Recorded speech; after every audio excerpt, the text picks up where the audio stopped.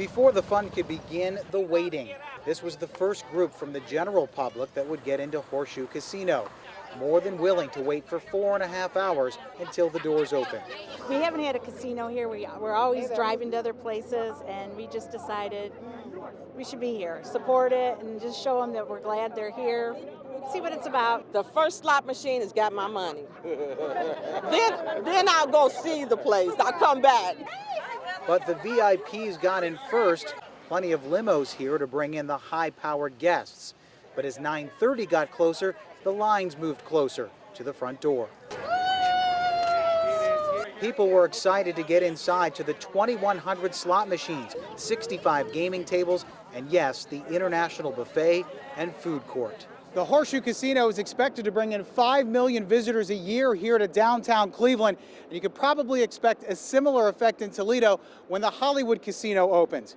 And just about everyone here on this opening night is pleased their money will be staying here in Ohio. Well, it's going to bring us more money and, more opportunities for, the minority or whatever you want to call it.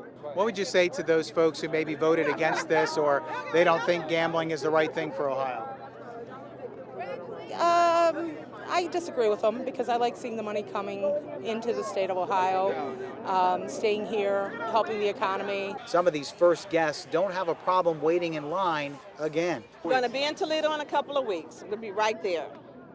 You want to see history there, too? I want to see history in every Ohio city.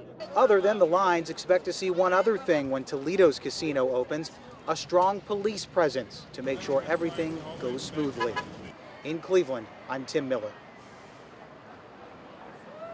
It's been another successful day of walleye fishing on Lake Erie for Rich Galvin. He's brought his catch to the Port Clinton Fish Company to be cleaned and processed. The quest for a big fish. But there's a new warning for anglers. Anyone cleaning fish must peel back the skin and leave it attached until they reach their permanent residence.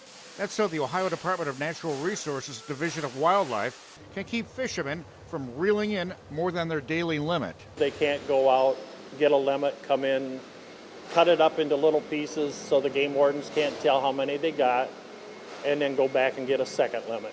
That's no problem for Rich Galvin. Hey, if it's the law, you got to go by it. What can I say? Folks at Balboa Fish Cleaning, though, say the new regulation will kill business. There's going to be less people wanting to get their fish cleaned or to even go out fishing because basically what they have to do is come here, get their fish cleaned, pay for it to get cleaned, and then finish cleaning it when they get home. And Gidget says the fish will become slimy by the time you get home if you leave the skin attached to it. Nobody wants to deal with the slimy fish. That's the whole purpose of getting it cleaned, and you have a lot of customers that don't know how to clean fish.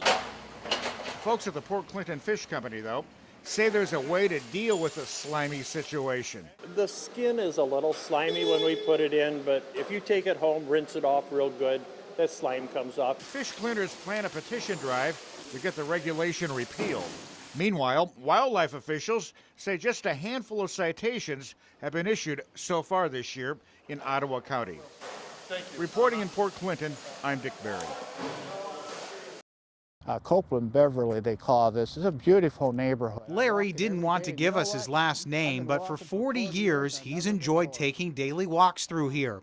Lately, it's been past the former Beverly School. Well, I ignore it and I pray to God that someday they'll tear it down and get this. It's these people here that have to look at it every day. Abatement was completed earlier this winter, taking out asbestos in windows. But this is what's left over. Piles of broken blocks, old curtains blowing in the wind, and graffiti. And it breaks my heart to see this kind of stuff because this isn't what this neighborhood's all about. You got people here to take care of their property. They're very proud of it. It looks like a war zone.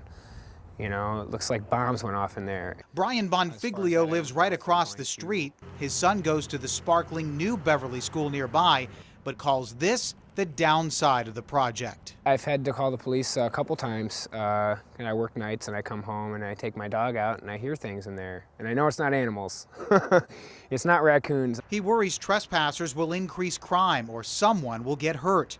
Toledo School Board President Lisa Sebecki tells us the 2-month delay in demolition is because it took longer than expected to get all the utilities removed. There's a process we have to go through, and we have to disconnect the utilities. And that's coordination with the gas company and the electrical company. So those are outside entities out of our control. Sebecki says she sympathizes with neighbors but has good news. The final utility was removed on Wednesday and demolition could begin Friday or Monday, but it will take 6 to 8 weeks to complete. In South Toledo, Tim Miller, WTOL 11. Sorry. I just need you to go back. Probably go around the right. Nowadays in America, it's a good feeling to know that it's our product and it's not from overseas. It's here in America. There are about 25 steps actually in making a football, starting out with cutting the leather panels and stamping the product, identifying it, and sewing a piece of lining onto the leather, sewing the ball together inside out, and turning the ball right side out so the seams are inside, you can't see it, putting a bladder and a lace in the ball and then molding it and inspecting. A lot of people think it's all done by machine, but we are the machines. When they kick that Super Bowl off, that's our finest moment. And to know that the ball was made here. We do it with pride.